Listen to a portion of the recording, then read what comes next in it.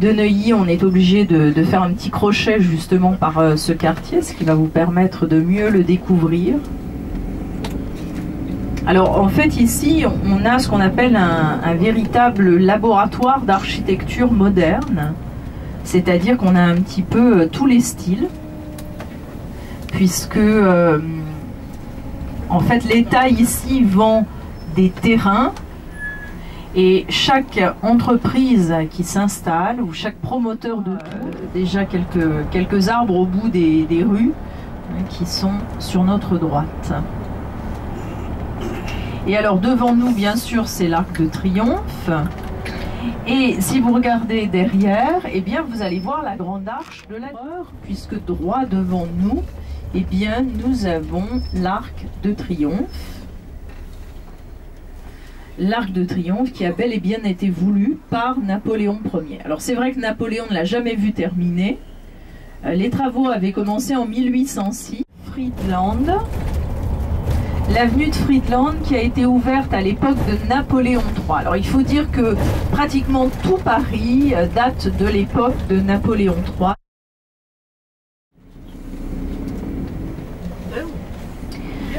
Alors sur la gauche, regardez un petit coup d'œil à gauche pour voir l'église Saint-Augustin. On voit déjà, mais ceux qui sont derrière ne voient pas encore, mais ça va venir. On visite le théâtre, on voit tout ici aussi. C'est un quartier chic. Alors sur la gauche, c'est ici à gauche, vous voyez, c'est le chantier du Ritz. Hein, l'hôtel de luxe est fermé pour restauration depuis plusieurs années.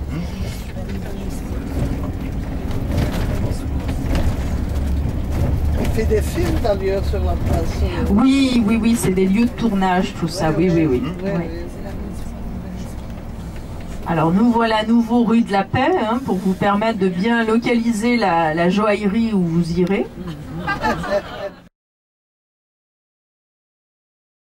Elle est longue, elle est large, elle est bordée d'immeubles en pierre de taille.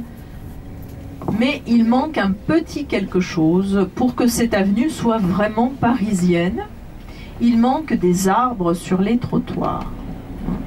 Toutes les avenues de Paris sont bordées d'arbres, toutes forteresses qu'on avait construites pour protéger le fleuve, pour protéger la Seine. Voilà, donc on est ici sur le boulevard Saint-Germain, qui est une fameuse route, un fameux axe de Paris.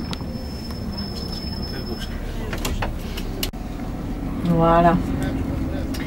Regardez là, vous allez avoir une très très jolie vue avec tous les arcs-boutants, la rosace sud qui mesure 13 mètres de diamètre, regardez ici, à droite quand on tourne, et la flèche à la croisée du transept. Ça c'est une très jolie vue.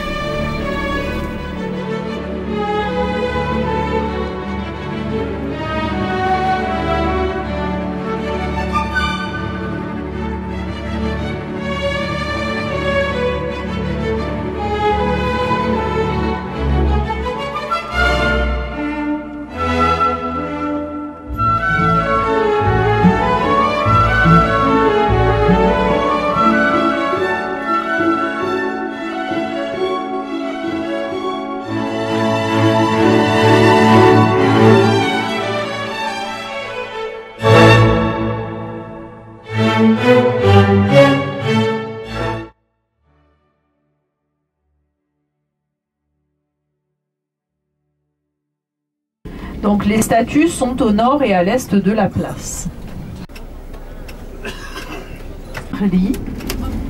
Chevaux sculptés à l'époque de Louis XIV, et c'est effectivement à l'époque de Louis XIV, le roi Soleil, qu'on crée cette avenue. Alors au début, seule la partie basse était créée, où il y a tous les chalets du marché de Noël, correspond à la partie des jardins.